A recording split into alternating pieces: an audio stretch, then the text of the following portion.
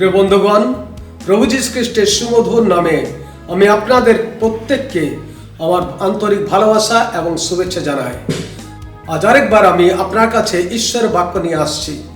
হিতোপদেশ তার 27 অধ্যায় 1 পদে লেখা আছে, কল্যের বিষয়ে গর্ব করিও না, কেননা একদিন কি উপস্থিত করিবে তাহা তুমি জানো না।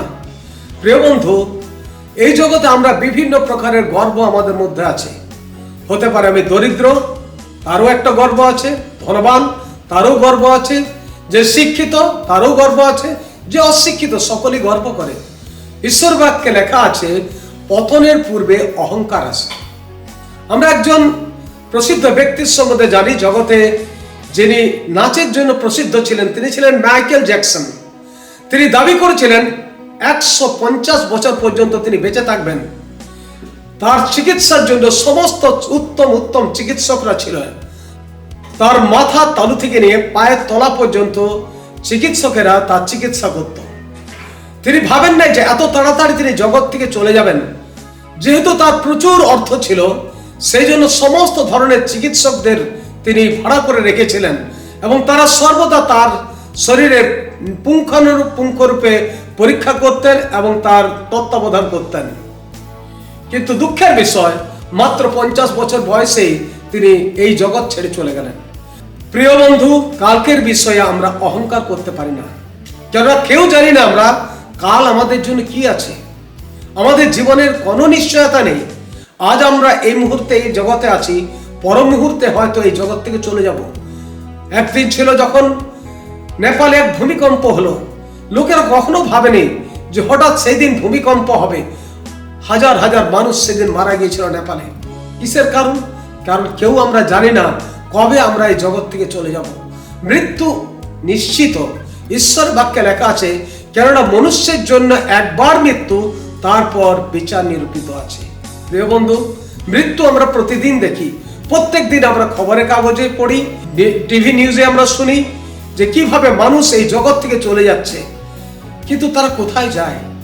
আমরা কখনো ভাবি না যে একদিন আমিও এই জগৎ থেকে চলে যাব। আমরা সব সময় মনে করি এই জগতে হয়তো আমি চিরকাল বাস করব। প্রিয় বন্ধু, আমাদের দিন গোনা আছে। ঈশ্বরের বাক্যে লেখা আছে, আমাদের জীবন কাটা ঘাসের সদৃশ্য। যা এখন আছে কিছুক্ষণ পর শুকিয়ে যাবে এবং তা আগুনে ফেলে দেওয়া হবে। ঈশ্বর তার বাক্যে এই জন্য আমাদের সাবধান করেছেন। বারবার তিনি সতর্ক করেছেন বাইবেলে যে নরক বলে এক জায়গা আছে, যেটা অনন্তকালীন আগুন যেখানে জ্বলছে, যেখানে একবার প্রবেশ করলে মানুষ আর ফিরে আসতে পারে না। প্রিয় বন্ধু, একদিন আপনিও এই জগৎ থেকে যাবেন। কোনো চিকিৎসক আপনাকে রক্ষা করতে পারবে না, কোনো ধন দৌলত আপনার প্রাণকে বাঁচাতে পারবে না। কারো ক্ষমতা নাই যে আরেক মুহূর্ত আমার আয়ু বাড়াতে পারি আমি। প্রিয় বন্ধু, আপনার জন্য সময় সীমিত।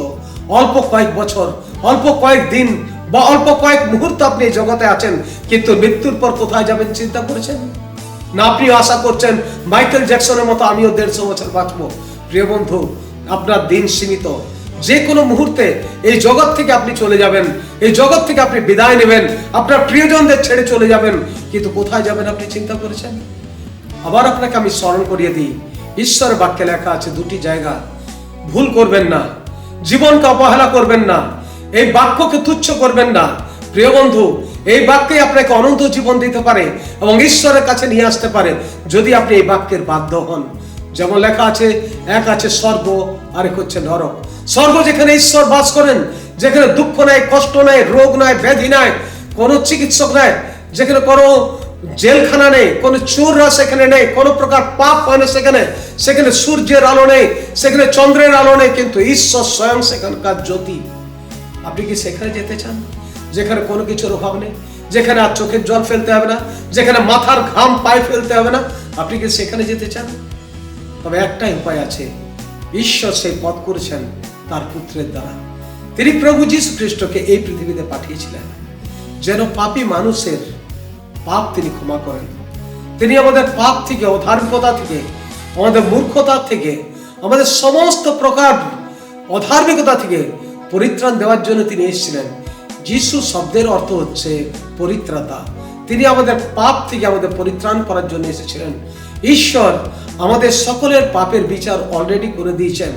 আমাদের সকলের পাপ তিনি তার পুত্র প্রেরণ দিয়েছিলেন যখন যীশু খ্রিস্ট ক্রুশে আপনার পাপের জন্য প্রাণ দিচ্ছিলেন, আমার পাপের জন্য প্রাণ দিচ্ছিলেন। পৃথিবীর প্রত্যেকটা মানুষের জন্য তিনি ক্রুশে নিজের রক্ত সেচন করেছেন।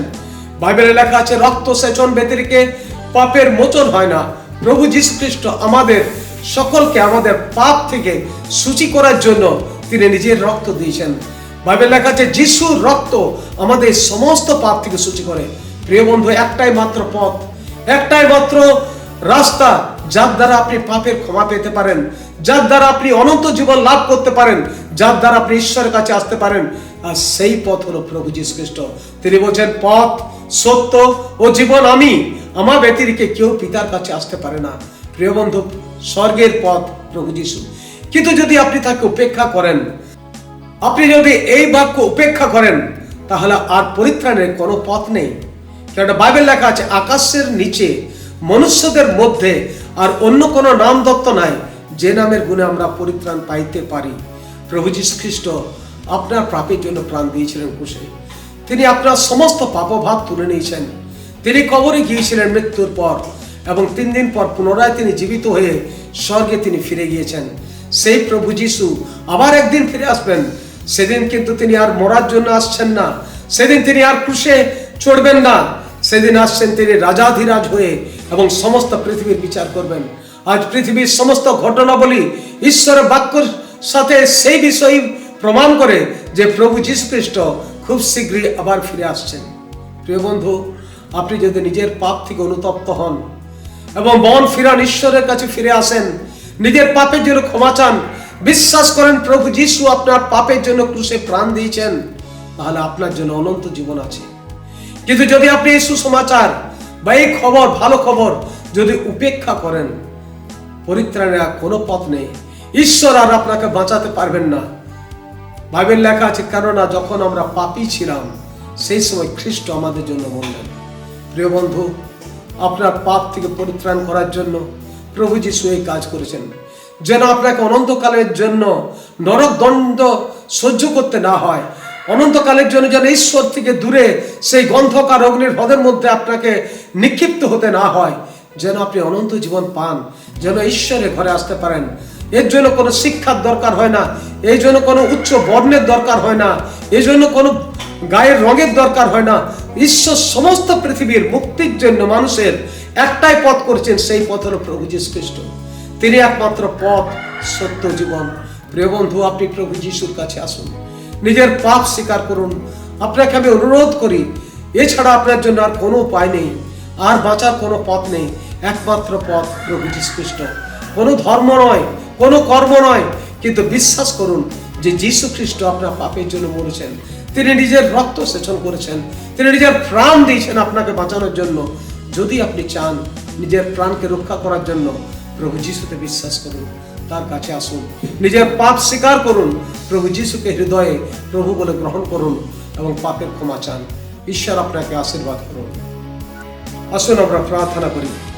দয়ালু পিতা ঈশ্বর, আমরা তোমার ধন্যবাদ করি, তুমি আমাদের মতো অধম পাপী জনকে তুমি ভালোবাসো, যারা তোমার থেকে অনেক দূরে চলে গিয়েছিল, যাদের ফেরার কোনো পথ ছিল না। তুমি তাদের মুক্তির জন্য তোমার একমাত্র পুত্র প্রভু যীশুকে এই পৃথিবীতে পাঠিয়েছিলে, যিনি আমাদের সকলকার পাপভার নিজ দেহে তুলে নিয়েছেন এবং ক্রুশে আমাদের জন্য নিজের প্রাণকে তিনি বিসর্জন দিয়েছেন, যিনি নিজ রক্তের দ্বারা আমাদের পাপ সমস্ত ধৌত করেছেন। সেই প্রভু যীশুর জন্য ধন্যবাদ দিই। তিনি মৃত্যু বরণ করার পর কবরে গিয়েছেন, কিন্তু তৃতীয় দিবসে তিনি পুনরুত্থিত হয়েছেন। তিনি জীবিত ঈশ্বর, যিনি আবার একদিন ফিরে আসবেন জীবিত এবং মৃতগণের বিচার করার জন্য। প্রভু, যারা তোমার বাক্য শুনেছেন, আমি প্রার্থনা করি তাদের জন্য, তারা যেন প্রত্যেকজন নিজের হৃদয়ে প্রভু যীশুকে পবিত্রতা রূপে গ্রহণ করেন এবং তাতে বিশ্বাস করেন এবং জীবন সমর্পণ করে তাতেই যেন জীবনযাপন করতে পারেন।